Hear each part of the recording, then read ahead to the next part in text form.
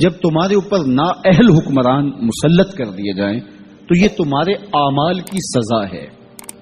ایک روایت میں آیا اعمالکم اموالکم، تمہارے اعمال ہی تمہارے اموال ہیں۔ حجاج بن یوسف بڑا ظالم شخص ہے۔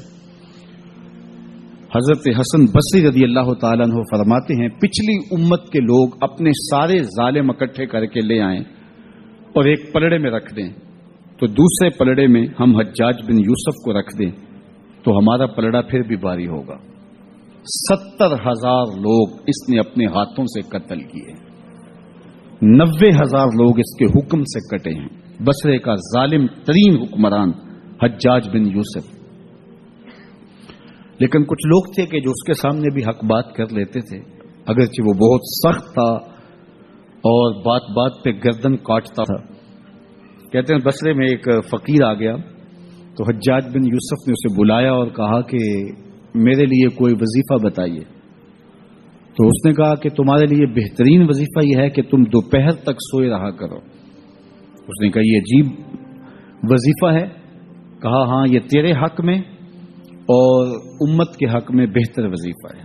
کہا وہ کیسے؟ کہا تم دوپہر تک سوئے رہو گے تو اس کا نتیجہ یہ ہوگا کہ لوگ تیرے ظلم سے بچے رہیں گے اور تیرے بھی نامہ اعمال کے اندر گناہ کم درج ہوں گے، اس لیے تیرے لیے بہترین وظیفہ ہے کہ تو دوپہر تک سویا رہے۔ حضرت شیخ سعدی شیرازی فرماتے ہیں جس کے جاگنے سے اس کا سونا بہتر ہو، اس کے جینے سے اس کا مرنا بہتر ہوتا ہے۔ بدترین حکمران بصرے کا، انسانوں کا قاتل، بات بات پہ گردن کٹوا دینے والا۔ کسی نے کہا حجاج اگر تو بچہ تھا اس وقت تیری عمر اتنی زیادہ نہیں تھی لیکن تو نے دور عمر تو دیکھا ہوا ہے، تو اتنا ظالمانہ انداز کیوں اختیار کیے ہوئے؟ تو حضرت عمر جیسا حکمران کیوں نہیں بن جاتا؟ تو جو حجاج نے جواب دیا وہ سنیے، 2 لفظ اس نے جواب دیا، تبازروا اتامر لکم، تم ابو ذر غفاری جیسی رعایا بن جاؤ، میں عمر جیسا حکمران بن جاتا ہوں۔ جب رعایا ابو ذر غفاری جیسی ہو تو حکمران حضرت عمر جیسے ہوتے ہیں، اور جب رعایا ہی جور و ظلم کی خوگر ہو اور اپنے رویوں کو ہم اگر دیکھیں کہ ہم کہاں کھڑے ہیں تو ہمارے اوپر ایسے لوگ ہی مسلط ہوتے رہیں گے۔ اگر میں مسجد سے نکلتے ہوئے جوتا چرا کے لے جاتا ہوں اور آرزو یہ رکھتا ہوں کہ میرے اوپر عمر بن عبدالعزیز جیسا حکمران آ جائے تو میری یہ خواہش پوری نہیں کی جائے گی، کیونکہ میرے عمل کے نتیجے میں میرے اوپر حکمران مسلط کیا جائے گا۔ میں اپنے اندر جھانک کر کے دیکھوں، اپنے اندر اتر کے دیکھوں کہ میں کہاں کھڑا ہوں۔ میں اگر یہ دیکھتا ہوں کہ میرے اوپر بدترین حکمران مسلط کر دیے گئے ہیں جو ملک کو دونوں ہاتھوں سے لوٹ رہے ہیں، ملک کے وسائل کو چاٹ رہے ہیں، تو میں خود دیکھوں کہ میں کہاں کھڑا ہوں۔ انسان جب کوئی اچھی بات سنتا ہے تو انسان کی فطرت ہے کہ وہ آگے منتقل کرتا ہے۔ آج کل وہ شیئر کر دیتے ہیں نا، جو بات آئے تو آپ اس کو آگے بڑھاتے ہیں، دوستوں میں شیئر کر دیتے ہیں۔ تو یہ انسان کی فطرت ہے۔ افواہیں بھی اس لیے پھیلتی ہیں کہ جو بھی بات آپ سنتے ہیں فوری آپ کی کوشش ہوتی ہے کہ یہ سب سے پہلے دوستوں کو میں ہی بتاؤں۔ تو یہ انسانی فطرت ہے۔ تو جب افواہ اور ایسی چیز، کوئی غم کی خبر بھی ہو، کسی کی وفات کی خبر بھی ہو، تو اس وقت بھی انسان کی فطرت، سست سے سست آدمی بھی جلدی جلدی فون کرتا ہے، آگے بڑھاتا ہے کہ فلاں سے فوت ہو گیا۔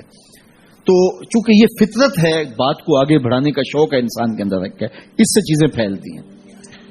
اور پھر جو خیر کی خبر ہوگی یا خیر کی بات ہوگی تو اس کو تو آگے پھیلانے کا پھر ہمارا دین بھی ہمیں ترغیب دیتا ہے، جذبہ دلاتا ہے۔ تو حضرت ابو ہریرہ اس جذبے کے تحت جو سنتے تھے پھر آگے منتقل کرتے۔ اب حضور کی بارگاہ سے اٹھ کے جاتے تو سب سے پہلے گھر جاتے اور سب سے پہلے اپنی ماں کو ہی سناتے، اور ماں تھی کافرہ، وہ سننے کی بجائے، خوش ہونے کی بجائے سن کے وہ الٹا ناراض ہوتی اور کوئی نہ کوئی ایسی بات کر دیتی۔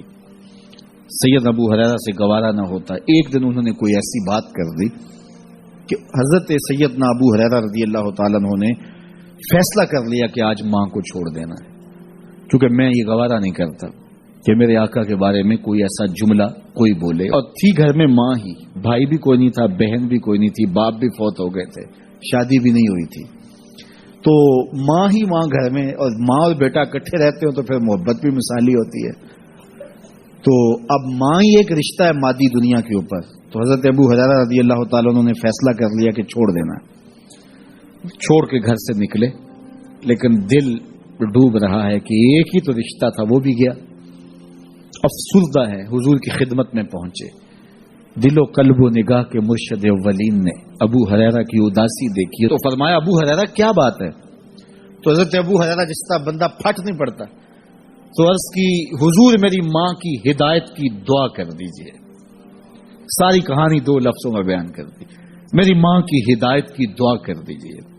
حضور نے نہیں پوچھا کیا ہوا، کیا ماجرا ہوا، فوراً ہاتھ اٹھ گئے.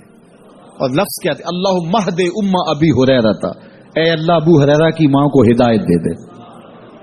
ادھر انہوں نے بے چینی سے یہ بات کہی، ادھر حضور کے ہاتھ اٹھے.